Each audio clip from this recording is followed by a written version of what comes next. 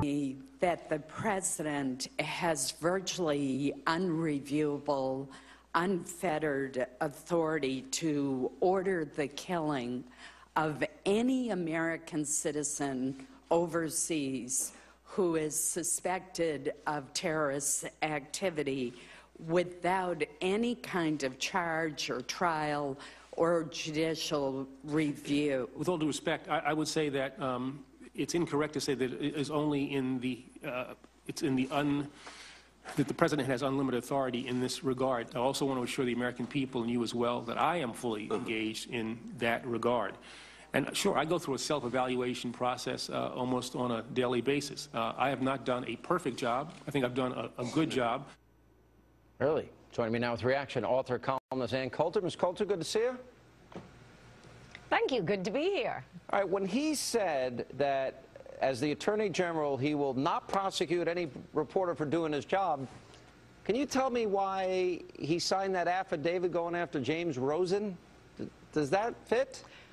Well, yeah, I mean, I don't think he should have said that. If a journalist, well, I suppose he would defend himself by saying that breaking the law isn't part of your job. But, I mean, if this were Julian Assange trying to propel Bradley Manning to turn over actual national security so that he could throw it up on the internet, well, yeah, that would be an unindicted co-conspirator. That would be a crime. And the fact that Julian Assange calls himself a journalist would be of no interest to us.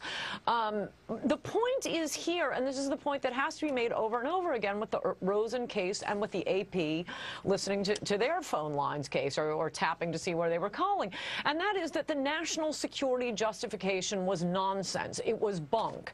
That is the issue here, and particularly in light of the revelations today about these Verizon phone calls, which, again, in the abstract, if they're just looking for patterns in phone numbers called, not looking at the content of the phone call, and submitting every phone call made in America into a computer to look for patterns, to look for terrorism, well then, under an honorable administration, and even an honorable Democratic administration, if you can think of one, you'd say, fine, that's fantastic, we want to be protected from a terrorist attack. The problem with this administration and with Eric Holder is we can't trust them, and in point of fact, what we have learned, particularly in the last few weeks, is they don't care about terrorism. They want to spy on their political enemies. That makes it a problem for the Verizon case, for the PRISM case, and for the James Rosen case. Doesn't it also make it a problem because they kind of thought the war on terror was over, and they were and he spoke out against it, huh?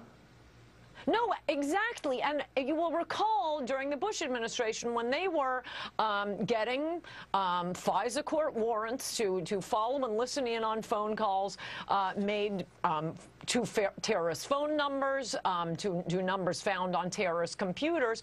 Every once in a while, they would cite an actual case where this was used, where it was helpful in stopping a terrorist attack. How about the administration give us that? But no, as Speaker Gingrich just said, they didn't have to listen to anybody's phone line to find Major Hassan down at Fort Hood. He had just shot up a room full of troops. And what happens to him? He's paid hundreds of thousands of dollars until, I suppose, he's convicted here. This is not an administration that takes terrorism seriously. What they take seriously is harassing Americans, harassing their political opponents, and whether they're journalists or not, and any kind of power, even a power, but I think we should not go too far to say that these powers should not ever be used by an administration. Like I say, I think they should go after someone like Julian Assange, and I don't care if he's a journalist, if it's actually national security. You're raising a great legal point, and Andy McCarthy pointed this out in his column today, and there's a 1979 case, Smith versus Maryland, in a decision there. And the issue of telephone record information is very different from content. And they held in that case that, in fact, the content of conversations is very different. So that they weren't getting content. That's protected by, right. That's protected. The content is protected by the Fourth Amendment. The fact that you made a phone call is not. Now, that doesn't mean Congress can't legislate and say, no, we're not going to give you this power. It just means the Constitution doesn't require it. And I must say, after all of these scandals from this unbelievably corrupt administration, unbelievable how they harass their political opponents, as we found out just in the last few weeks, particularly out of the IRS. I think Congress ought to pass a law suspending the power to even look at the phone numbers until late January 2017, because you cannot trust this administration. All right, I have a legal question then as it relates to PRISM, where they were looking at Yahoo, Google, Facebook, AOL, Skype, where they said they were extracting audio, video, photographs. That sounds to me that this is content. Does that cross the line in your view? Yes, I must say, I think we need to know more. I could be wrong, but at this moment I'm suspecting that the Washington Post is wrong, because that would be probably a a good assumption. Amendment violation. Well, and I also noticed in that article it said that the one of the big, you know, internet, social media to absolutely not cooperate with the government on this is Twitter, which is funny because I tweet so that more people will read it. I actually kind of wish they were following me on Twitter. You know, it's interesting. The New York Times for a few hours tonight actually had it right. They said the president has lost all credibility. And then they couldn't leave it. They just had to add on this issue hours later. No, and the opposite is the truth. That's true. And that's a big problem for what ought to be actually important methods of gathering national security and protecting America from a terrorist attack. But this administration cannot be trusted.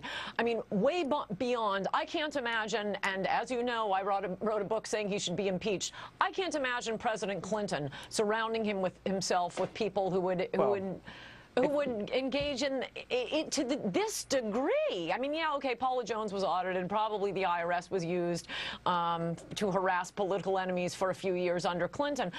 But the journalists and now, if the Washington Post is telling the truth, but that's such a fishing expedition. It's like going after grandma and little babies at the TSA going through security. Right. Yeah, all right. No, this administration has lost the ability to be trusted, and this is why the framers said, and they didn't say this about congressmen or senators, but you need a virtuous man in the presidency, so choose wisely next time, America.